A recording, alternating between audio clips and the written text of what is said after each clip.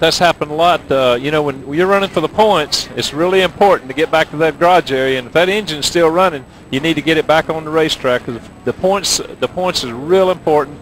And you know, the Indy cars, they had that headrest back there, and that's the way they used to hook those cars up. But they don't do that anymore. But I think it's a good idea, you know, not to tear the cars all to pieces. You know, when you try to pick them up and get them off the racetrack.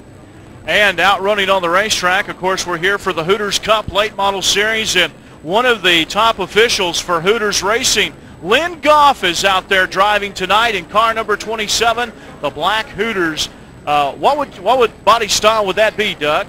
That's one of the sedan cars. I'm not sure exactly which one of the cars it is. I can't get a good look at the front end of it, but they do the Fords and the Chevys from the late 30s and early 40s. I think there's 4 different body styles. You can order 3 of them are Chevys and 1 Fords, and I don't want to get into that because I have found out now that next to family, that the intensity of Chevy and Ford, and whether you love them or hate them, might be the second strongest emotion that all humans have. But that's a good-looking race car, pretty well prepared. I think Lynn Goff is a perfect example of some of the drivers that we have in this thing. Of course, we met Coy Gibbs, who has been working with the drag race team with his dad, Joe Gibbs, and we've got all kinds of people from different types of working disciplines in this circuit. Of course, Lynn Goff, an executive with Hooters of America, and we've got doctors, lawyers, bankers. We've got all kinds of different business disciplines represented. Sure do. Mark Moskowitz drives regularly up at Charlotte, and he is an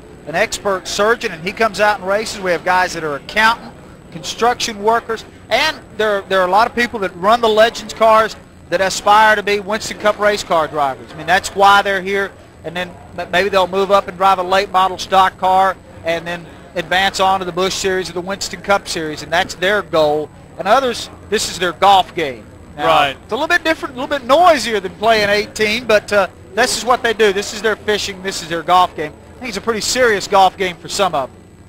I know one thing, when you talk about attorneys being out there racing, I wouldn't want to put what Buddy calls the chrome horn on the back end of an accident attorney's car. Probably be tossing business cards out as he went by. But Steve Mendenhall on the point here. He is in the black and green number 18 car that's leading the pack. G.E. Chapman rides second. Third, Brian Sockwell. And fourth is John Craig. And that's the way they stack up at the moment here. And back hanging on to that 5th place spot is Red Paris. And peeking back at 6th for the moment, that's going to be Tommy Hamby. And then it'll be Bobby DeCola. Bobby races out of Asheville, North Carolina. And he's got one of the taxi cab entries down here tonight. Well prepared, beautiful looking car. And some of these guys that run the taxi cab cars, there's 2 or 3 of them, they actually have lights in the little cab compartment in the top so they can turn them on. I don't think they have meters in them though. Another car like that that's not here tonight but I've seen run, we've got a sheriff's car out there too with the blue and red lights on the top and the whole bit. Yeah, that's Wayne Sharp, and whenever Wayne wins, he turns the lights on and goes around the track. We thought it would be a good idea for him to go ahead and put the blue lights on and just pull the competition over. Up in the flag stand tonight, one of the most respected flagmen in the business in the short tracks, Dick Westfall out of Ruskin, Florida. He's flagged with the World of Outlaws. He's flagged with USAC. He's flagged with the Dirt Series up in New York and Pennsylvania. And it's good to have Dick Westfall here with Hooters Racing tonight. Tony Boswell, the regular starter, chief starter for the Hooters Cup Series, is unable to be here this weekend. So it's good to have someone with the experience of Dick Westfall up in the flag stand as he has been flagging. He's flagged at over 100 racetracks in his long career. And Buddy, maybe somewhere along the line you've been involved in a race where Dick Westfall's been in the flag stand. Well, the name Westfall rings a bell, but I'm not really sure whether you know, it's the one. But I tell you what, my hat's off to him. You know, we've got one in that other circuit over there I run in, and he's real well respected. We mess with him quite a bit, but you know, the drivers have to respect that guy, and he does a good job. Dropped a flag this year. Said the first time he'd ever dropped the flag. I don't know where that was, but it's the only time he said he'd ever dropped it in his life. A little bit of embarrassment there. That's not an easy job, folks. No. You just watch that flagman. He cannot ever relax up there because there's always lap traffic to move over, passing flags, cautions. He probably has to be the most aware person at the racetrack. And we have been given the signal that if everything looks good, we're going to go green this time around as the field bunches up down the back straightaway. Single file nose to tail, and we are getting set for the 5-lap dash to the finish. And this is going to be a good one. Let's see if Mendenhall can get that jump that he has enjoyed on the last 2 restarts. Bringing him off slowly, Doug. Steve Mendenhall, boy, he got through the gearbox in a hurry as soon as he saw that green flag. Gets a quick jump, 4-5 car length leads over G.E. Chapman in the white car. Brian Sockwell coming on in the blue car here, but Mendenhall's got him covered for the moment. He really got the great jump. He sure did as he pulls it out once again to about 7 or 8 car lengths. But if we can stay green, I think that the GE's car, I think he's got a good chance to maybe try and reel him in because he got the start, but you can see Chapman now starting to close the gap ever so slowly, but the laps are winding down. Well, we've got 3 laps to go. The problem for G.E. Chapman in the white car, trying to catch Mendenhall, he's got Brian Sockwell gnawing all over his rear bumper, so he can't just concentrate on reeling in the leader. He's got to protect the turf that he owns right now. They come out of turn number 4 down the front straightaway. The signal being given. There are 2 laps to go. G.E. Chapman trying to close the gap on the race leader, Steve Mendenhall, in car number 18 as he takes that green and black car down into turn number 3.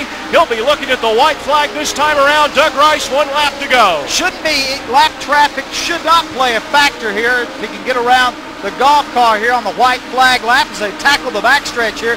Mendenhall swings around him. Goff got out of the way. Great move there on his part. And Steve Mendenhall out of Raleigh, North Carolina, powers it up off of turn number 4. And we've got a crash on the front straightaway as they came down, not for the checkered flag. They will see the caution flag instead. And one other car getting caught up in that as it's right as they come off of turn number 4. 2 cars sitting in the middle of the racetrack. The caution flag has come out. They do not race back to the checkered flag. And it looks like some pretty heavy damage on the front end. It looks like the... That's Nolan Crutchfield there in the 28C machine. He's climbing out of the car. He's okay. And, Buddy, we were down looking at turn 4 a little bit earlier today, and you saw the car come off the corner, go to the inside. There you see it on your screen. And just clipped the inside of those 2 cars with the outside of his car, the right side of his automobile. That is a pretty tight corner, and it's kind of blind to the drivers as they come off. Well, it really is. It's hard to see over there, and those guys, I don't think they have spotters up here. Well, they don't have any radios in these cars. Oh, That's one of the factors that they wanted to do for cost containment because you know yourself, radios run into some money. You start purchasing a bunch of radios, you can spend a few $1,000s in a hurry, and so the cars deliberately did not have radios in them. Nolan Crutchfield caught up in this accident, and I think that might be Randy Thornton again, and if it is, it's the 3rd time tonight that he has been caught up in a tangle, so it's not been a real good night for the 37 machine. Randy's considerably lighter than he was as they're taking off the right side front fender and going to hook him up to a record. You can see they lost the bumper. That's the front bumper laying across the car there. Car's all fiberglass body, 5-star racing bodies, makes and constructs these bodies. They also do a lot of other car bodies and car work. They're really good at the fabrication of this fiberglass, and they just sold a right front fender, I think. Well, I think this is going to set up a situation where we may go green, white, and checkered. And with the restarts that Steve Mendenhall has been getting, this may work to his advantage. I kind of think maybe that I'm sure he would have liked to have seen the checkered flag, but with the restarts he's been getting, I think that this is going to maybe work into his favor as well.